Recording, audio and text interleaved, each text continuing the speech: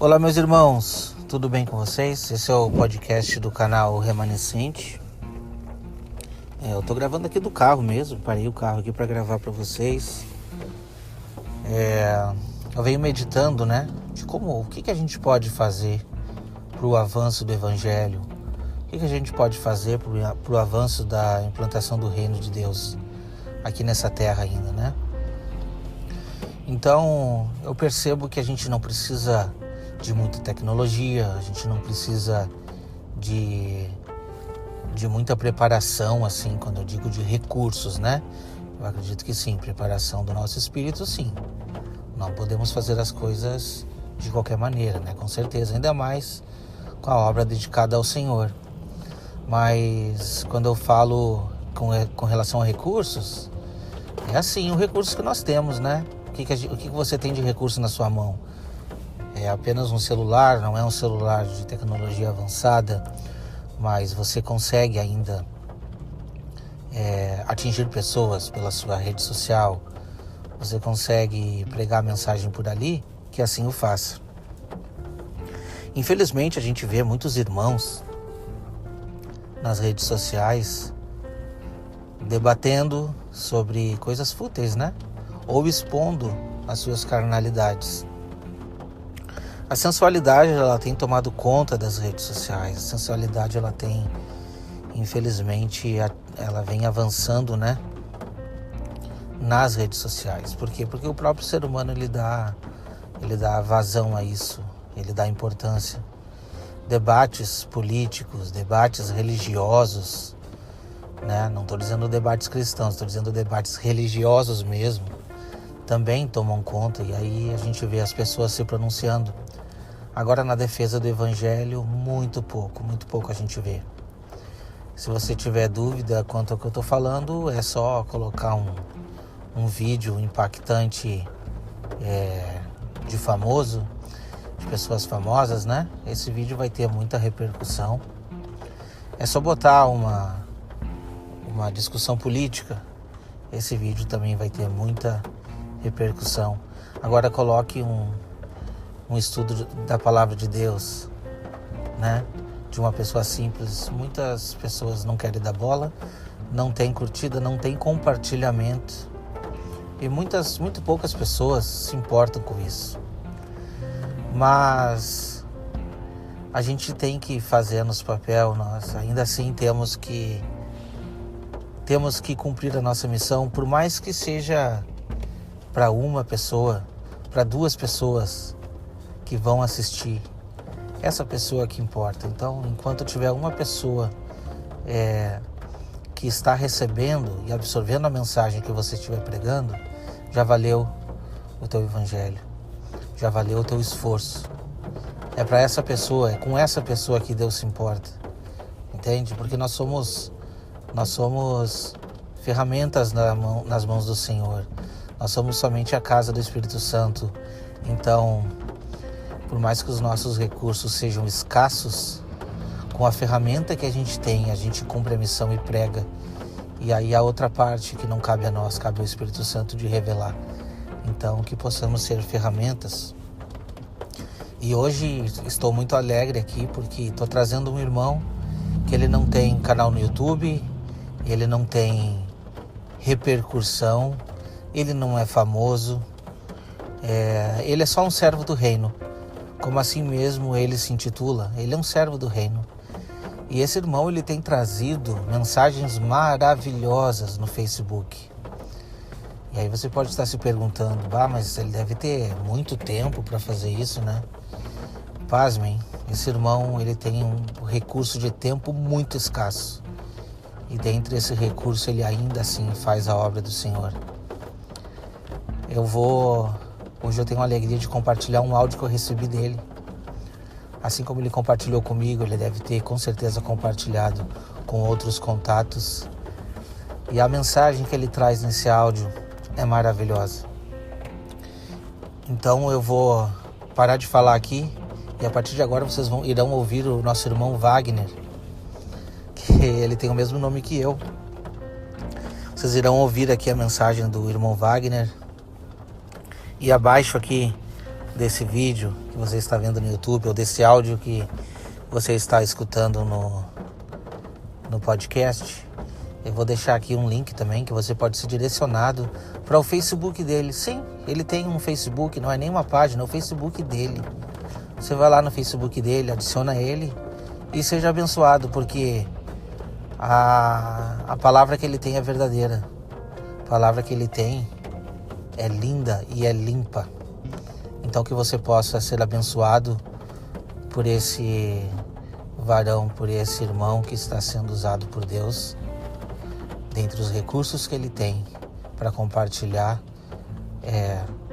toda a sabedoria que Deus propôs a ele, ok? Eu vou deixar agora, a partir de agora, vocês ficam com o áudio do irmão Wagner, que possa meditar em todas essas sábias palavras.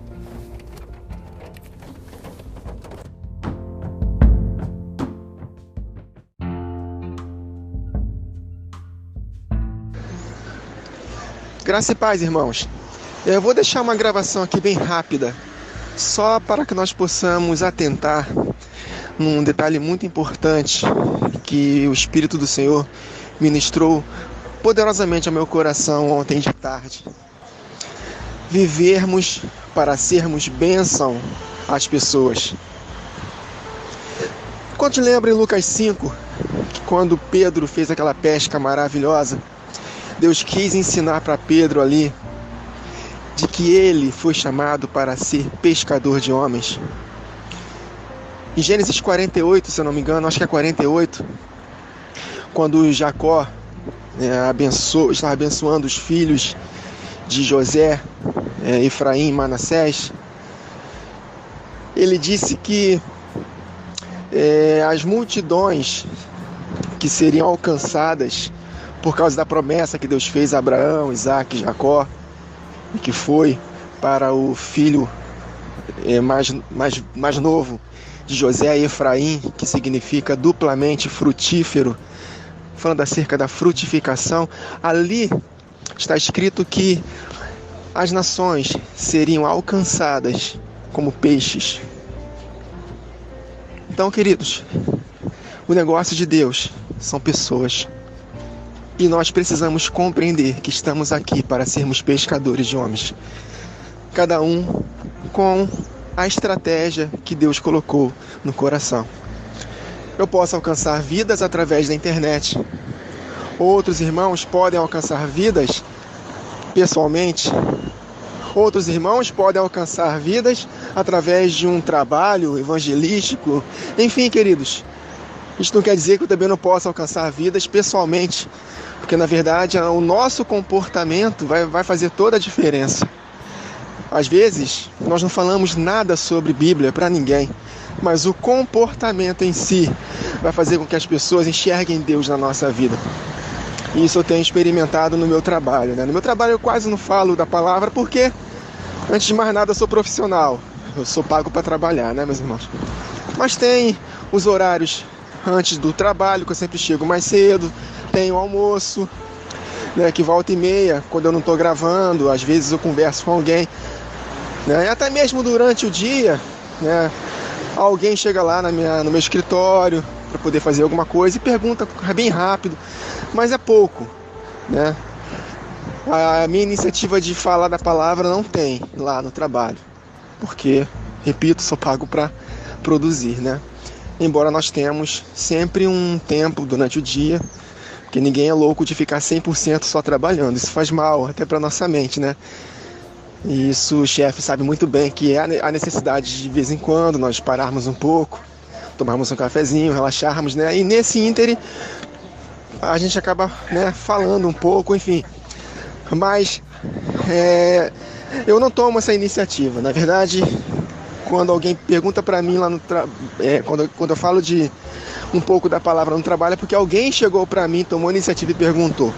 Mas o que me deixa mais feliz é o comportamento, o respeito que eles têm por mim por causa do comportamento, e isso faz toda a diferença. Mas todos nós temos estratégias para ganhar almas, Amém, queridos? Para poder ser bênção na vida das pessoas. Queridos, nós nascemos com esse propósito. E nós não devemos nos desanimar com isso.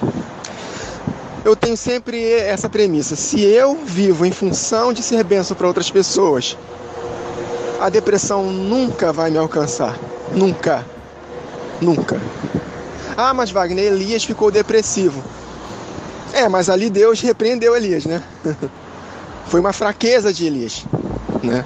Claro que em Tiago capítulo 5 está escrito que nós somos homens sujeitos às mesmas paixões que Elias. Possa ser até mesmo que de vez em quando a depressão queira nos pegar, mas, queridos, ela não pode dominar a nossa vida.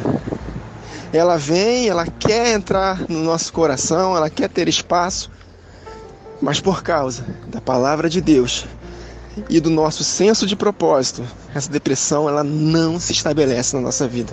Não fica, ela vai embora. Por quê? Porque nós vivemos, queridos, para poder ser bênção para as pessoas. Em Lucas 16, o Senhor Jesus falando acerca das riquezas de origem iníqua, Jesus falou que as riquezas, olha só, queridos, o dinheiro que vem na nossa mão, o sistema financeiro deste mundo é de origem iníqua. E Deus fala, vocês usam das riquezas de origem iníqua para poder ganhar amigos, para que estes vos recebam nos tabernáculos eternos. Então, tudo que nós fazemos é em prol de outras pessoas. Nós precisamos ter isso em mente, nós precisamos ter isso em alta no nosso coração. Porque quando nós vivemos para ser bênção, nós não vamos nos frustrar, queridos. Quantos e quantos abandonam suas congregações porque não são correspondidos? Mas quando você vai numa perspectiva contrária de não querer receber, mas de querer ser bênção, é óbvio que nós vamos receber, mas a perspectiva vai nos manter de pé. Porque ainda que não fôssemos correspondidos, nós vamos permanecer firmes, porque eu não fui para lá para receber, eu fui para lá na perspectiva de dar. E é óbvio, queridos, quem dá sempre vai receber. É uma lei universal que Deus estabeleceu. Tudo que o homem plantar, ele vai colher. Esse é o princípio. Agora, com relação a um relacionamento com pessoas, é claro, vamos ter situações em que não seremos correspondidos, mas é aí que nós vamos ter que permanecer firmes, nos desgastando cada vez mais em prol dessas pessoas. É nesse texto aqui que o Espírito me chamou a atenção. Porque tem momentos que dá vontade de desistir, queridos, porque por causa da falta de resposta. Mas Deus falou o quê? Para Paulo, inspirou Paulo a fazer. Em outro texto que eu estou lembrando agora, que o Espírito está me lembrando agora, se eu não me engano é Atos 16, ele falou, Paulo, não desanime, porque eu tenho muito povo nessa cidade. A perseguição estava imensa, queridos, a pressão estava muito grande. E para o Espírito de Deus falar para o Paulo dessa forma, porque Paulo estava pensando em abandonar aquela cidade. Mas o que o Espírito falou para Paulo, o próprio Senhor Jesus em Espírito? Paulo, não desanime, porque ainda tenho muito povo nessa cidade. E ele entendeu. Tanto que em 2 Coríntios, capítulo 12, versos 14 e 15, ele estava chamando a atenção da igreja de Corinto porque elas não estavam correspondendo com o amor que Paulo tinha para com eles. E nesse contexto ele fala aqui no verso 14 e no verso 15: agora estou pronto para visitá-los pela terceira vez, e não lhes serei um peso, porque o que desejo não são os seus bens, mas vocês mesmos. Totalmente contrário, né, querido? Na grande maioria da liderança nos dias de hoje. O que eles se preocupam mesmo são com os bens e não com as próprias pessoas, porque se importassem com as pessoas, agiriam totalmente diferente, né? Pastor que não tem cheiro de ovelha não é pastor, né, queridos? O pastor, ele cuida, ele está junto das ovelhas, ele dá a sua vida pelas ovelhas e não mata as ovelhas para poder ter coisas. Então aqui ele está falando exatamente o contrário, do oposto da grande parte da liderança de hoje. Porque o que desejo não são os seus bens, mas vocês mesmos. Além disso, Os filhos não devem ajuntar riquezas para os pais, mas os pais para os filhos. Eu não quero que vocês ajuntem riquezas para mim, meus filhos espirituais. Eu tenho que juntar riquezas para vocês. Olha só, queridos, o contraste. Assim, verso 15. De boa vontade, meu Deus. De boa vontade, por amor de vocês, gastarei tudo o que tenho e também me desgastarei ainda mais pessoalmente. Por que eu vou me desgastar ainda mais? Porque eu te amo, eu amo vocês. Eu sei que vocês foram comprados por um preço altíssimo, que foi o sangue de Jesus. Vocês não são minhas ovelhas, são ovelhas do sumo pastor. Eu sou apenas um mordomo dele. Eu tenho que cuidar bem de vocês. Aí ele fala, gastarei tudo que tenho e também me desgastarei ainda mais pessoalmente. Visto que os amo tanto, devo ser menos amado? Ou seja, ainda que o povo não estava correspondendo ao amor de Paulo, ao invés de se vingar e abandonar, não. Ele se desgastava ainda mais em favor de uma igreja que não estava respondendo o amor que Paulo tinha por eles. Eram ingratos em determinados pontos. E aí, queridos? Que exemplo, né? Romanos capítulo 9, apóstolo Paulo desejava ser separado de Cristo para que pudesse, através dessa separação de Cristo, alcançar alguns dos seus patriotas, alguns dos judeus para Cristo, devido ao amor que ele tinha por almas, queridos. 1 Coríntios 9, versos 19 a 27. Porque, embora seja livre de todos, fiz-me escravo de todos. Olha aí, queridos. Eu fiz-me escravo de todos. Com qual propósito? Para ganhar o maior número possível de pessoas. Se fez escravo de todos. Para poder ganhar o maior número possível de pessoas. Tornei-me judeu para os judeus, a fim de ganhar os judeus. Para os que estão debaixo da lei, tornei-me como se estivesse sujeito à lei. Ele está falando acerca da lei, dos ritos cerimoniais que nós já aprendemos, né? Por causa do funcionamento do templo, a circuncisão, para poder participar de todos aqueles ritos que em Cristo Jesus foram abolidos. Não a lei dos mandamentos, né? Aqueles dos mandamentos, dos 10 mandamentos que resumem todos os mandamentos morais. Porque o apóstolo Paulo, se ele falasse que estava livre dessa lei, ele seria muito hipócrita, porque o tempo todo nas cartas ele está exortando a igreja a não voltar a praticar as obras da carne e andar em santidade, né? Então, para os que estão debaixo da lei, esses judeus, tornei-me como se estivesse sujeito à lei, embora eu mesmo não esteja debaixo da lei. Estou lembrando aqui que o apóstolo Paulo chegou a fazer voto de fariseu, né, rapando a cabeça. O apóstolo Paulo teve que circuncidar Timóteo para poder, queridos, olha só, era uma fase de transição de alianças, era para poder ganhar o maior número possível de pessoas. Eu não vou pregar naquela igreja porque aquela igreja está errada, um monte de coisa. Não, se for chamado, vai pregar. Se faça de tudo para poder ganhar o maior número possível de pessoas. Se alcançar uma vida naquela igreja que está toda errada, valeu ou não valeu a pena? Claro que valeu. O preço de uma alma é tremenda. É preciosíssimo o preço de uma alma, queridos.